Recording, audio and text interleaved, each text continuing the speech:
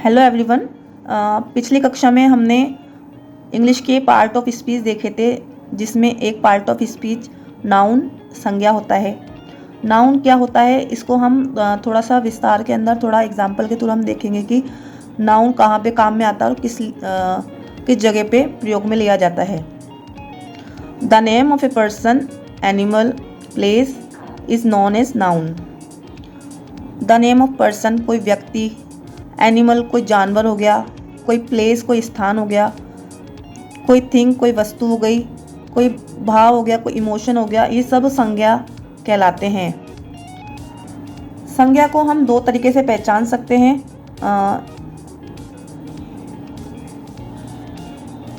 Physical noun, non physical noun,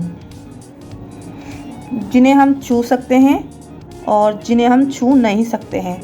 तो physical noun हम देखेंगे कि फिजिकल नाउन क्या होते हैं। फिजिकल नाउन कोई पर्सन हो गया, कोई प्लेस हो गया, कोई एनिमल हो गया, कोई थिंग हो गया, जिसको हम छू सकते हैं, वो सब फिजिकल नाउन में आते हैं। पर्सन का नाम हो सकता है कोई हरी, सपना, नेहा, अनुराधा एक्सेट्रा, जो भी होते हैं वो सब नाउन कहलाते हैं। कोई प्लेस हो गया, ताजमहल, राजस्थान, दिल्ली, इंडिया गेट, जयपुर, ये सब प्लेस में आते हैं नाउन के।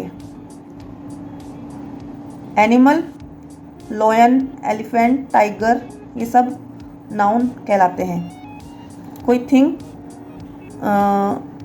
ग्लास, कंप्यूटर, फुटबॉल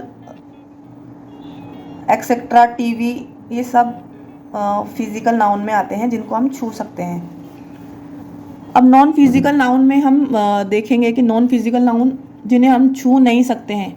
कोई भी इमोशंस हो सकता है, जैसे कि sadness, happiness, honesty, beauty.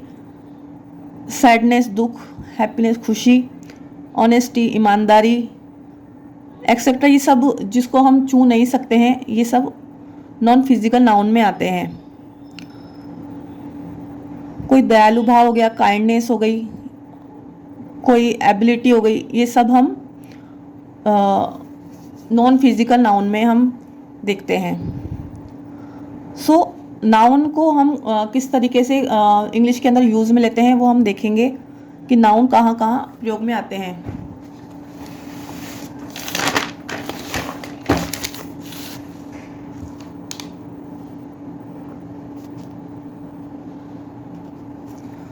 English में सेंटेंस बनाने के लिए हमें सब्जेक्ट की ज़रूरत होती है,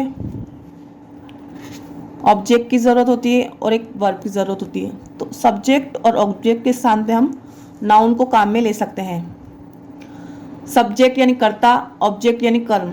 सब्जेक्ट यानी करने वाला और ऑब्जेक्ट यानी किसी वस्तु को क्या काम हो रहा है, उसे हम ऑब्जेक्ट में शामिल करते हैं। तो हम देखेंगे कि एग्जाम्पल के थ्रू हम देखेंगे कि नाउन कहाँ कहाँ प्रयोग में आते हैं। पहला एग्जाम्पल है रेखा प्लेज फुटबॉल।